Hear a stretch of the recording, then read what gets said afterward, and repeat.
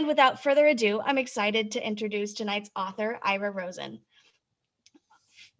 For nearly 25 years, Ira Rosen has produced some of the most memorable, important, and groundbreaking stories for 60 Minutes. A former Nieman Fellow at Harvard University, Rosen was a senior producer of Primetime Live with Diane Sawyer.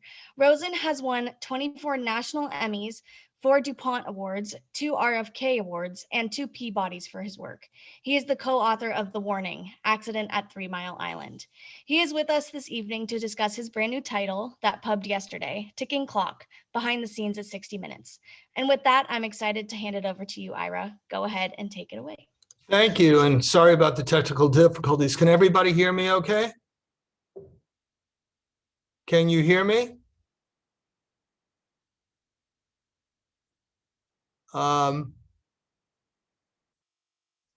Yes, great. Okay, because we didn't do any trial and error. Anyway, happy St. Patrick's, everybody.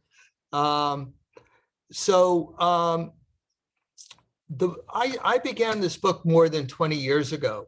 And what started it for me was in many ways the full story of me and Mike Wallace. Mike Wallace was, for those who don't know, the top correspondent on 60 Minutes for many years. And he hired me at the age of 26. And the way he hired me was Don Hewitt, who created 60 Minutes, called my parents' home. And I was living at my parents' home at the time. And I had bounced around in a number of newspaper jobs, and I was struggling a little bit. And I had a job locally at a local TV station, WOR-TV. And Don Hewitt called, and my mother answered the phone. And she said, "Who's this?" "Don Hewitt." "Oh, Don Hewitt, how are you? You got a lovely wife." "Oh, thank you very much. What are you doing?" "Oh, I'm making a kugel." And Don said, "Oh, I haven't had a good kugel in a long time." And of course, I was ignoring this entire conversation that was playing itself out. And Don said, "Listen, I'd like to offer your son a job to be a producer on 60 Minutes. He had seen a story I'd done locally." And she said, "Oh, no, thank you. He's got a good job already. Appreciate it." And she hung up on him. And I said, who are you just talking to?" "Don Hewitt of 60 Minutes. He wanted to offer you a job, but you have a job already." And I quickly called Don back, and I said, "Don, it's Ira Rosen." And he said, "Listen, kid, I don't know about you, but I like your mother. So if you don't want the job, tell her it's hers." And of course, I wanted the job. So I went to 60 Minutes the following day, and I met with Hewitt, and I had a very easy rapport with Don. And Don was a guy who had grown up in New Rochelle, and he had also worked in the Catskill hotels where I had worked as a tennis pro. And there's a certain rhythm you learn listening to the comedians tell jokes at the Catskills, which kind of helps you in your storytelling. For example, one of the easiest jokes and most well-known joke of Henny Youngman was, "Take my wife, please." It has a beginning, middle, and end. It's all of 4 words, but it tells almost a complete story. And I told this to Don, and he said, "I feel the exact same way. That's how I learned storytelling too." And so he and I immediately bonded. And he then walked me down the hallway to see Mike Wallace. And Don had been trying to make me feel comfortable, but Mike wanted me to feel uncomfortable. And so immediately when I sat down, he said to me, "I know what I can do for you. What can you do for me?" And I was 26 years old at the time, and I didn't have much TV experience. And it was a hard question. I really didn't have a good answer. So I noticed there was a tennis ball in the corner of Mike's office. And Mike said, and I said to Mike, I said, "You play tennis?" And he said, "What's it to you?" And I said, "Well, I was on the Cornell tennis team." And that got me the job immediately, because Mike figured he could get 6 months of good tennis out of me before firing me. And he gave me a 6-month tryout. And one of our first stories was a story about school violence in Los Angeles. They were having huge problems there. And so in order to tell the story, I located two victims of violence in the schools. The first one we did was a young girl who was assaulted there, and the interview didn't go very well. And Mike, I was soon to learn, does not take failure easily. So we're driving down I-5, and he's tearing apart my notebook and throwing papers at me. And he's saying, why didn't I see this? Why didn't I see this? And I said to him, listen, the next interview is going to be much better, I promise you. And the next interview was a young girl who had been stabbed in the barrio of Los Angeles in a school there. And we did the interview with this young girl, and her mother insisted on sitting next to her. And Mike said, where were you stabbed? And she pointed to her belly. And Mike kept trying to lift her shirt up, and the mother kept slapping his hand away. The more she slapped, the more he tried to lift the shirt. And I realized this interview was going south. So I don't smoke, but I grabbed a cigarette from the cameraman, and I went outside and I started to smoke. And I noticed there was a bunch of kids who had gathered by the lights of the cameras. And I played a hunch, and I said, how many kids here have gotten stabbed in school? And about 3 hands raised. And I said, how many kids did the stabbing? And 1 hand raised. And sure enough, I said, okay, how many people, we want to put you guys on camera, stand over here. And Mike came out of the interview. He looked like he wanted to fire me on the spot. So I said to him, listen, talk to these kids and ask them who got stabbed in school and who did the stabbing, and follow your instincts. And sure enough, when he got to the kid who got stabbed in school, he said to him, you took a knife, you put it in a kid's belly, and you twisted it around. Did that make you feel like a big man? And the kid didn't say anything. And then Mike said, how old are you? The kid said 16 years old. You're nothing but a punk. And it was classic Mike Wallace. And afterwards, we got back in the car and we drove up the hill to where we were staying at the Beverly Hills Hotel. And Mike turned to me and he said, you know, you saved your ass tonight. And I said, I know. And that was my first real test of producing. As the years would go on, I would meet some extraordinarily remarkable people, and probably no one was more interesting than Marlon Brando. And Brando and I had developed a kind of a phone relationship when he saw, a story I had done, and he called me up out of the blue and started talking to me about it. And I would call him up. We both were born on the same day, April 3rd. And I asked him, I'd call him up and I'd wish him a happy birthday. And he'd say, trees don't celebrate birthdays. Animals don't celebrate birthdays. Why is it important to celebrate a birthday? I said, Marlon, I'm just calling you up to wish you a happy birthday. And then another time, he'd call me up again out of the blue and he said, do you ever notice that some really famous people who have good reputations are really assholes? And I said, Marlon, I really can't talk on the phone. I got to leave. And he said, no, listen. He said, Charlie Chaplin, great reputation, asshole. William Saroyan, the writer, great reputation, asshole. And then he opened the book and he started to read me William Saroyan in that extraordinary Marlon Brando voice. And it was really captivating. And I forgot where I had to go and I just listened to him.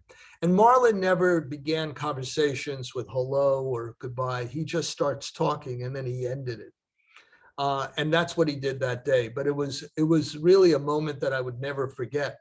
Later, we met up in Los Angeles with Mike Wallace, and we were trying to get him to go on camera. And Brando picks us up at the Beverly Hills Hotel, and white Rolls Royce. He's wearing a white suit. Mike gets into the front, and Marlon starts driving down Mulholland Drive, and he's running every single red light. And I said, Marlon, what are you doing? Why are you're going to get us killed? And he said, listen, you're going to let a machine tell you what to do? Be a man here. And somehow we made it to the restaurant. And when we got to the restaurant, Marlon turns to Mike and says, listen, I just want to tell you, I've admired you for a long time. You're a great actor. And Mike said, I'm not an actor, I'm a journalist. Oh, stop it. You're a great, the way that you raise the eyebrow, the look of astonishment. You're a master. You're a genius at this sort of thing. And Mike quickly changed the subject and he said to Marlon, how did you get so fat? And so Marlon said, listen, I go to Baskin and Robbins. I can't decide what flavor ice cream I want. And so I end up going and I end up ordering a quart of every flavor they have. And I bring it home and I end up eating it all. And at that point, Mike kind of looks at him and says, listen, I'm 67 years old. I don't need to make my reputation by showing America what an asshole you are. Why don't we just be friends? At which point they shake hands and they kind of, keep eating. And I was furious because we had just blown the chance of doing this great interview. After that moment and after that dinner, I rarely talked to Brando, but I had one more conversation with him.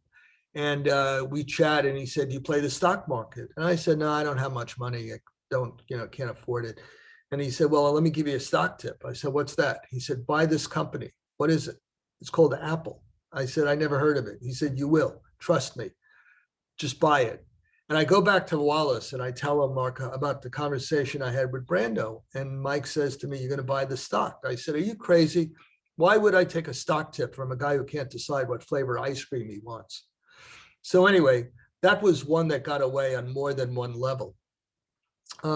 Later on, we would interview Andrei Sakharov, the great Russian dissident nuclear scientist. And we went to Moscow and we meet Sakharov in his Moscow flat. And this was shortly after he had won the Nobel Peace Prize. And so the Soviets were kind of leaving him alone. And Sakharov would have these extraordinary gatherings in his flat in Moscow where dissidents from everywhere would gather. And it was like the world's greatest coffee clutch. It was really something to watch and something to behold. And Mike Wallace and I went to his flat in Moscow, and his wife, Elena Bonner, answers the door.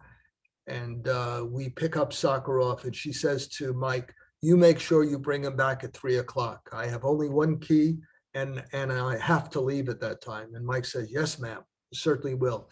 And then we go off and we do the interview with Sakharov. And it was really one of the most amazing interviews because Sakharov told us how the Soviets, the Russians, had developed their nuclear bomb. And what they would do is they would go into the snows of Siberia and they would gather the fallouts from US nuclear tests that would kind of go over from the Pacific, kind of go over the Russian mainland. And they would go into the snow from the fallout and pick it up. And then they'd be able to decipher how the US built the bombs. It was an extraordinary revelation. And he basically said that the Rosenbergs really didn't have very much to contribute to their knowledge. That's how they really gathered it. Anyway, we went back, and the story wasn't so much about Sakharov, it was really about Edward Teller. But we really enjoyed our time with Sakharov, none more so than Mike Wallace, because he just wanted to stay out and walk Red Square with Sakharov. And I said, Mike, we got to bring him back. Elena Bonner told us we got to bring him back by 3:00. You're not going to let her push you around, are you? And Sakharov said, no. And I said, oh boy, this is going to get bad. So we got back about 3:45, 4:00, an hour late. And Sakharov knocks on the door and the door is locked. And sure enough, Elena Bonner had locked him out of his own apartment. And Sakharov then ends up sitting on a little Moscow stool set. And this is a guy who had sort of withstood the winters of Corky and while he was in exile. So waiting for his wife for an hour or two was not going to be that much of a hardship, he thought for himself. And so that's where we last saw Sakharov. And we get back to the US, we fly out to California, and we do our interview with Edward Teller. And Edward Teller was the maker of the US hydrogen bomb. And Teller did not want to really do the interview. He was promoting a book. And he was at Stanford at the time. And he wore the most ugly looking jacket I think I had ever seen. And he basically said that if you ask me any question that's not going to be in the book, I'm going to walk off. And sure enough, I knew this was going to happen. So what I did was I told the camera people to thread the wire so that it kind of had to go through the chair and then go up to his shirt. So the only way he could take the wire off would be to take his shirt off. So sure enough, Teller sat there, and Mike asked him a question that didn't start from his book. And so you could see Teller just got very, very tight. Didn't say anything. And Mike would say, "Are you okay, Dr. Teller?" And then he says, "I think we've had enough." And then he starts trying to take the microphone off, but he couldn't figure out how to do it. So he could figure out how to build an H-bomb, but he couldn't figure out how to take the microphone off of his own shirt. Needless to say, that story would end up, and I write about this in the book Ticking Clock quite a bit. That would be one of the really great stories that Mike and I did, and would be actually one of the final stories I would do with him before going to Primetime Live and working with Diane, Sawyer, and Sam Donaldson there for 15 years, doing investigative stories and hidden camera stories there. And then in 2004, after being at ABC for a period of time, I went back, and we did some extraordinary stories. One of the stories we did upon my return was a story on insider trading in Congress. And what that story was that we found out that it was legal to trade stocks based on inside information that congressmen and senators got from the committee hearings. And so they were able to gather information. And then in one case, one senator actually had a conference call with Paulson, who was Secretary of Treasury, I think, at the time. And he told him that the US economy was about to crater. And this senator left the room and traded and shorted stocks right after his meeting with Paulson. And we got the records of his short selling. And then I matched it up with Paulson's diary. So you could see that the time where he did the trades was literally within an hour of his meeting. When the story aired, it caused an extraordinary sensation in Capitol Hill. There was a piece of legislation that would have remedied the matter, but they'd only had 13 co-sponsors. The senators and congressmen kind of liked their racket that they had, and they didn't want to give it up. But after the story aired, that piece of legislation suddenly got 225 co-sponsors. And the US Senate, there were two senators there, Brown and Gillibrand, fighting over who's going to sponsor the legislation to fix the problem. And it was really amazing. The story aired in October. By November, it had already passed the House. By January, the president was speaking about it in the State of the Union. And by February, the Senate had approved the legislation. And I'm sitting in the White House with Barack Obama as he's signing it into law. And it was really one of the most satisfying stories because of the speed in which the change happened. And it was really, it really made you really want to be a journalist because you could really see how the work you did really affects the change in society, really. Not everything I did, though, was investigative. I also had a little fun. I did a story on truffles and the hunt for truffles in Italy and France. And Leslie Stoll and I went over there, and we met up with Olga Urbani, who runs Urbani Truffles, the largest truffle broker in the world.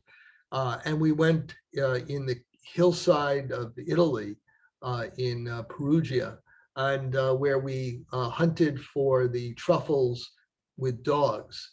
And they used to use pigs, but the pigs would end up eating the truffles. So that wasn't a very good way to get the truffles. So the dogs would dig in the dirt and get the truffle, and then the farmer who they were with would grab it out of their mouth. And a handful of truffles, roughly around this size, would be black truffles, would cost about $1,000. And so we documented that story, and then we had some extraordinary meals in Italy with Olga Urbani. But of course, I couldn't help myself. There had to be an investigative side to the story. And it turns out that the Chinese had not invented, but they had discovered that they had truffles as well. But theirs were cheap truffles. Theirs sold for roughly $20 a pound. And they would use it as feed for livestock. So the Chinese said, the hell with the livestock, let's start feeding it to the French. And they started exporting it to France. And the Chinese truffle tasted a little bit like rubber. It looked the same, but it really tasted like rubber. And what they would, do is adulterate it with truffle oil to give it a little bit of a richer smell. And then some of the French restaurants would then serve it to tourists, passing it off as a French Perigord, when in fact it was nothing but a Chinese knockoff.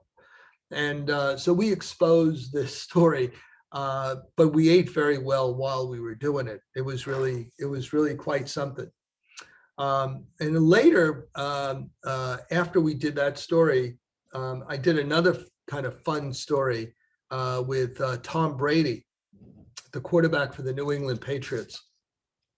And Brady was, a little bit young in his career at that point, but he was trying to figure out the meaning of life. And it was really amazing because I've certainly interviewed many athletes, but there were very, very few athletes that were as introspective as Tom was. And what he told us on camera was, there has to be more than this. There has to be more than winning championships and doing all this stuff. And this was before he had married Ghislaine Maxwell. Ghislaine Maxwell, that's another story. As he later married his wife, and they had a number of kids, where he changed his tune a little bit. But right after we did that story, quite a number of people sent Tom Brady Bibles in trying to help him discover himself and the search for meaning in life. But I had mentioned Ghislaine Maxwell. I had also had met Ghislaine Maxwell, who's going to be subject of a court case coming up in the summer in New York. And Ghislaine Maxwell, what I tried to do with Ghislaine Maxwell was I was trying to figure out if Epstein had tapes on President Trump and Bill Clinton. And I had a drink with her where I said, I know Epstein has the tapes. I want those tapes. And she basically said, I don't know where they are, which kind of was a backdoor way of confirming the tapes existed. But then she put a finger in my face and she said, I know the way you journalists think. If you do one side, you have to do the other. If you do Donald Trump, you have to do Bill Clinton. And I said, I'm prepared to do both sides. In the end, she never did produce the tapes. And I don't think she ever knew where Epstein hid them, if he hid them at all. But the final story I did before leaving 60 Minutes and retiring was a story about the opiate epidemic, which in many ways was probably the most important story I'd ever done. The story was about how Congress neutered the DEA at the height of the epidemic and took away their powers to enforce to enforce the laws against the major corporations that were involved in it, such as Purdue Pharma and the McKesson Corporation. And there was one congressman in particular, Congressman Marino of Pennsylvania, that had produced this piece of legislation.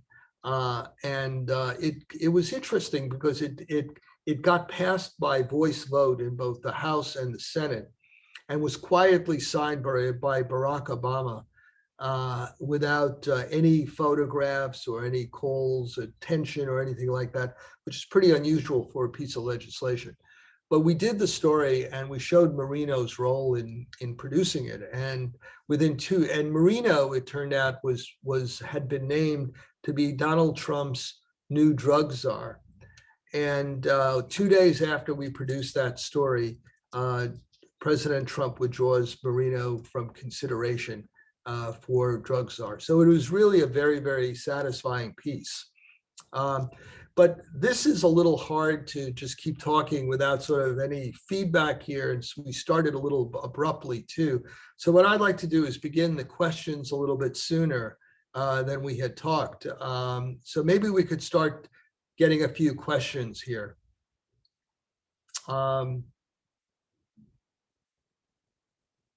So, hello?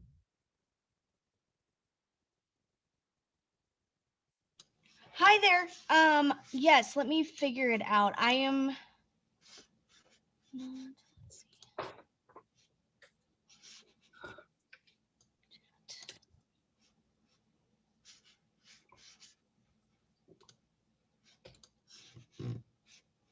Let me see.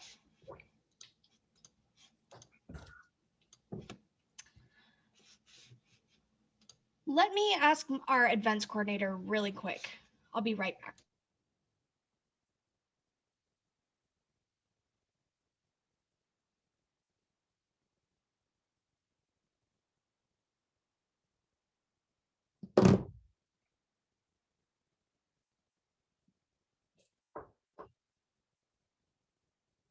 So I have one question that came through. Thank you, Virginia, for asking.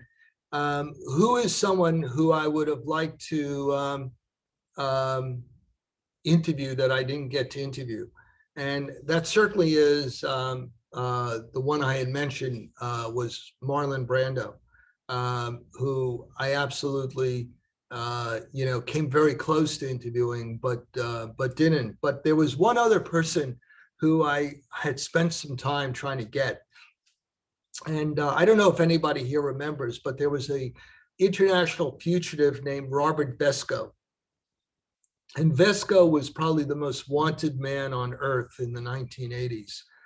He had stolen a lot of money and was bouncing around country to country to country. And through Orrin Hatch, he had set me up with Vesco, who he had a phone relationship with. And I flew down with Phil Scheffler, who was senior producer of 60 Minutes. And we met with Vesco in Paradise Island in the Bahamas. And it was really a remarkable lunch because Vesco was under constant surveillance from the FBI, but the FBI really couldn't do anything in Paradise Island to get Vesco. So he would, while we were eating lunch, he would point to the harbor and say, "You see that boat? That's the FBI. They're taking pictures of us now as we're eating lunch. They're going to go down to the bridge, they're going to turn around, and they're going to take some more pictures." Sure enough, that's exactly what happened. But Vesco was really an interesting man. He had gotten very wealthy, but he also had corrupted quite a number of politicians, and he had an enormous number of stories to tell.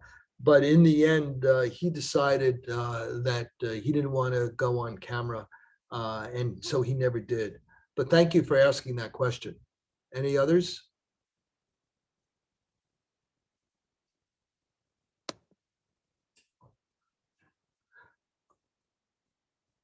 Did the formulaic approach 60 Minutes took to producing pieces ever bother you?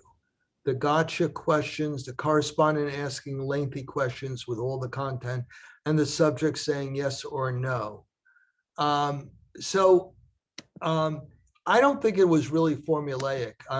What the key to 60 Minutes was really the art of telling a story. And that has to be a story that has kind of a beginning, middle, and end that is headed towards kind of a punchline. Certainly, when you work with Mike Wallace, you wanted stories to have something where Mike could show off his interview skills. And he was so great at it. He could look at a total stranger and know exactly what button to push that would drive them crazy.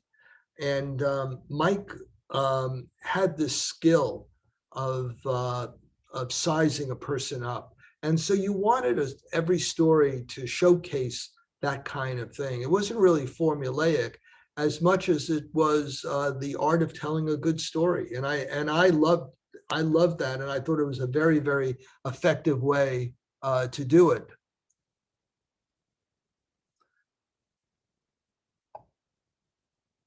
So the next question is, have I had any dangerous situations? Yes, unfortunately. I was in Pakistan in 2005, and I had we were doing a story on the search for bin Laden, and I had gotten to know the Pakistani ambassador who had arranged the trip, and we went to the forbidden territories, as they were known, along the Pakistan Afghanistan border. It's in the Hindu Kush Mountains in Waziristan, and this actually was not the worst part of it, but we went to a top of a mountain and we landed our helicopter. It was a military helicopter there.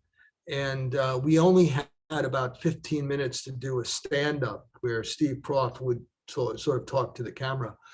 And it turned out there was this humongous fog that was about to envelop us. And we were told that unless we leave in a few minutes, we'd be stuck there for a week. And sure enough, Croft was able to hit his stand-up perfectly. And we got back in the helicopter barely with, I think, like a minute to spare, and we left. Turned out like within 4 days, that outpost we had gone to would be overrun by the Taliban. But then when we made it back to Islamabad, the worst was to happen. I wanted to do an interview in the Red Mosque, which is kind of the St. Patrick's Cathedral of Islamabad. And I wanted to do this interview with this guy, Razi, who spoke better English than I do. He was a real interesting, he was educated in England, but he also was the Al-Qaeda guy in Islamabad. So I went there with a camera crew and a CBS fixer, and we did the interview. And then afterwards, Razi took us into the back of the madrasa. And he got into a heated argument with our CBS fixer, who grabbed me and pulled me out of there. And it turned out that I asked him, what was the conversation about? And he said they were discussing whether to make you another Daniel Pearl. Daniel Pearl was the journalist who was beheaded in Pakistan. And I told him that my brother is the police chief in Kohat, which is the nearby town. And that if he touches you or any harm comes to you, he will track down every member of their family and slaughter them by morning. And that bought us a few minutes of time to be able to sort of get out of there with our skin. But that was pretty bad. That was pretty close. So let's see here.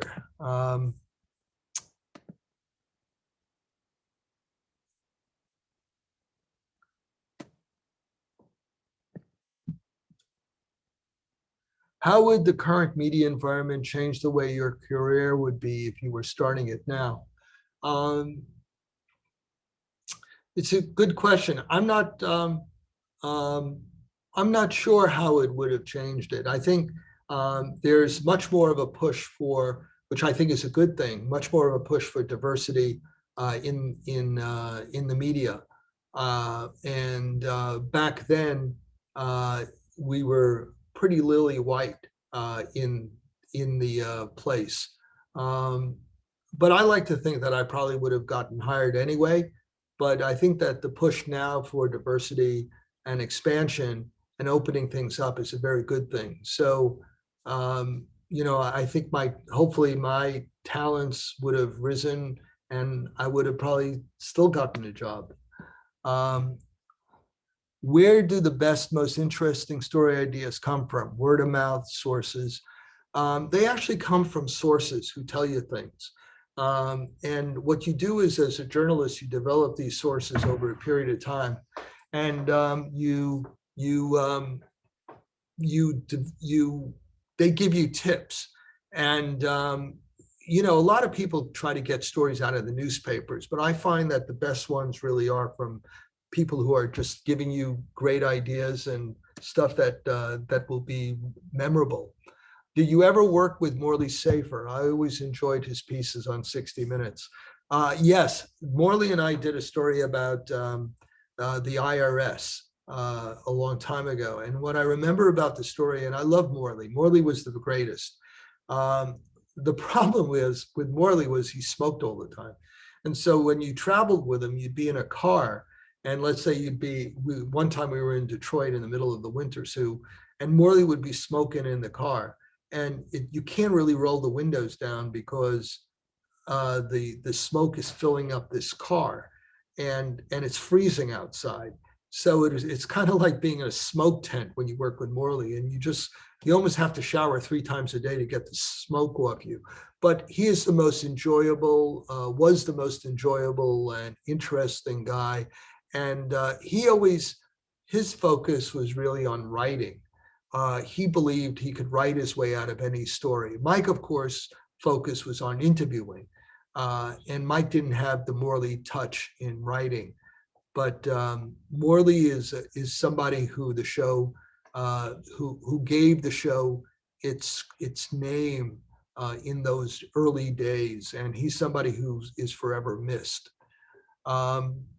What is the biggest threat to investigative journalism? I think the biggest threat to investigative journalism is people not doing investigative journalism. One executive told me, and I write about this in the book, investigations take the most time, cost the most money, and get us into the most trouble. Why should I have to do it? That's the attitude I think unfortunately, a lot of executives kind of have. They don't understand the value that investigative journalism really brings to the table. And I think during the last few years, people really got to see what the value of it was. Certainly when you're dealing with the stuff that went on in Washington and the pandemic, the value of investigative journalism was probably at its height here, probably next to Watergate. I think the last year or two have been some of the best in terms of investigative reporting that we've ever seen. Let's see here. What do you look forward to doing? How do you manage to maintain your equilibrium when Mike Wallace was being difficult? So it's a 2-part question, 2 different questions, but let me answer the second one first. What I used to do is when Mike Wallace would be, and I write about this in the book, and it really it's a very Zen-like kind of experience. So when I first started working with a young producer named Alan Moranis, Alan would go into a cone of silence. So as Mike is heaping abuse on him, he would just sort of not hear it all. And I asked him, I said, how could you take that? And he said, take what? I said, take that yelling and the screaming and the name calling. He said, I don't hear anything. If I would hear it, I would go crazy. And sure enough, when it started to happen to me, I would begin doing a Buddhist chant, Nam-myoho Renge-kyo, and I would just sort of repeat it to myself. And I would go into this kind of state when he's yelling and screaming at me. So it was really the only way to sort of deal with some of that time. He would come into my office sometimes and literally be like a factory foreman. And he would say, what are you working on? And one time he came in and he said, who are you on the phone with? So I got up and I gave him the phone and I walked out of the room, and it was my mother. And he never did that to me again. So it was really a challenge to work with Mike. Let's see. Have you ever wanted to do a story, but it was stopped by management? Actually, more than management, I look at some of the best stories that I've done are stories that I haven't done. Because what often happens is there's a great pressure to do stories. You invest weeks or months in it. And so you feel like you have to put something on the air. But I look at some of the best stories are the ones that I killed. where there was a story when I was at ABC. We did there was Panam 103, and somebody had come to us, a former somebody who claimed to be a former Mossad operative, who knew how Panam 103 was shot down, and how there were CIA agents on board, and they were the targets of the investigation. So I kind of went off campus, if you will, and left the office for about a week.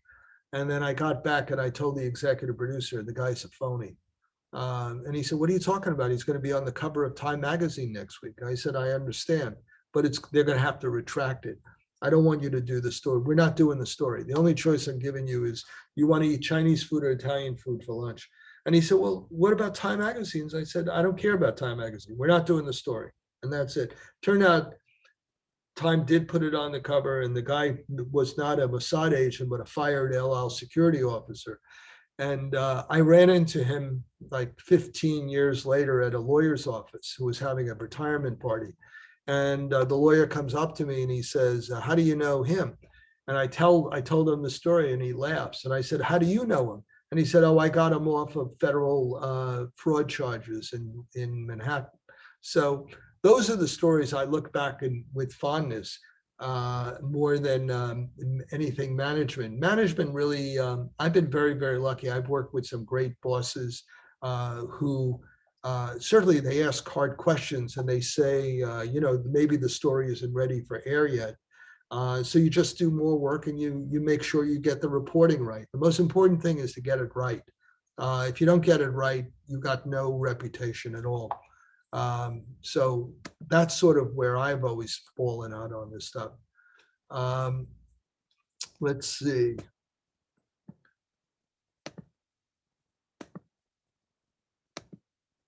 Trying to see some other questions here. Are the best years of 60 Minutes behind us?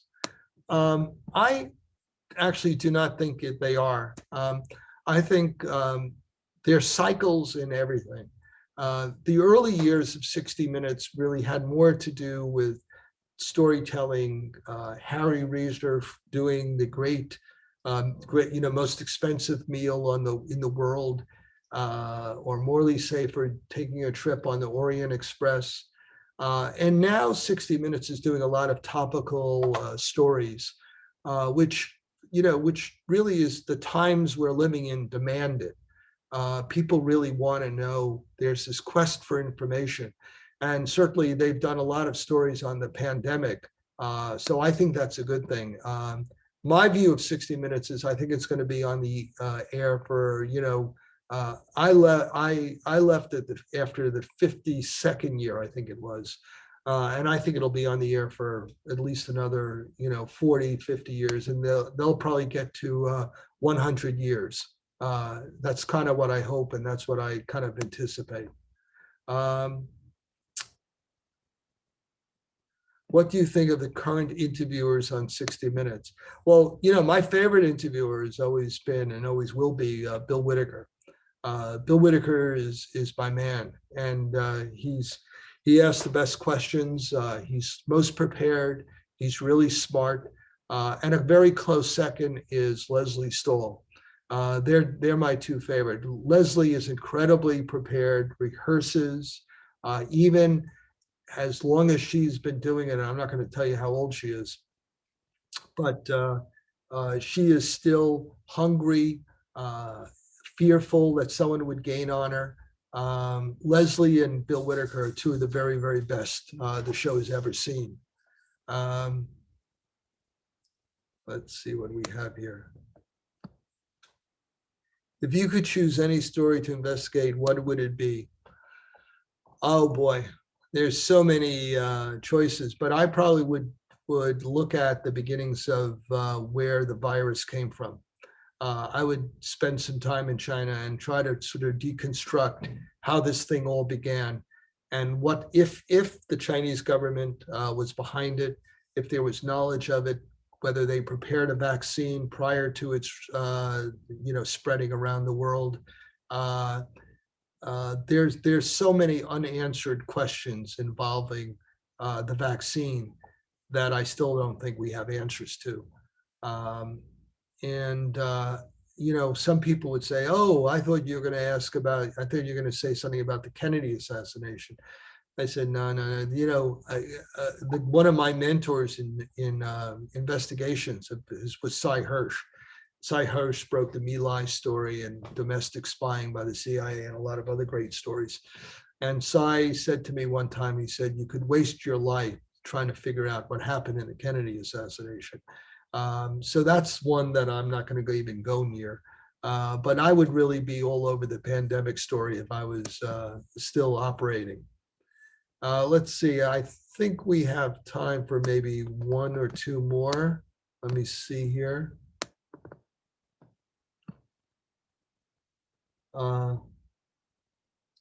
Any ideas on how to combat all the fake news and how we can support journalists other than buying newspapers? Well, some journalism schools are now doing something where they're teaching the students. It's called news literacy courses, where they're teaching students how to read a newspaper with both a skeptical eye and a smart eye. So where they could figure out what is fact and what is fiction. And I'd like to see these news literacy courses taught as a requirement in every university in the country, because I don't think there's anything more important than being able to figure out the truth from non-truth and right from wrong. Otherwise, with all the bloggers out there sort of throwing things out, a lot of people don't know the difference between the New York Times and a blogger sitting in his pajamas in bed just posting things. So I'm a big supporter of that kind of effort and that kind of thing. Let's see, any other questions I haven't gotten to? Is there any Trump story you would be interested in doing? There's many, but I think, you know what? I think, frankly, they've had hundreds and hundreds of journalists looking at Trump over the last year or two. And to be fair, I'd like to see some of those efforts now being made in this current administration. I don't think this current administration should be given a pass. And I think the same aggressive reporting that looked into Trump should be looked into with Biden. For example, there was he recently said that they're not going to have any sanctions against Saudi Arabia for the murder of Khashoggi, the journalist. Well, you know what? Trump said the same thing. And Trump got a lot of grief when he decided not to do it.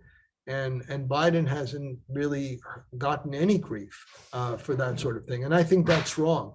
They murdered a Washington Post contributing journalist. And the proof is incontrovertible and controvertible. And I think there should be some accountability to it, but I don't think people have read much about that in terms of Biden taking a pass on that.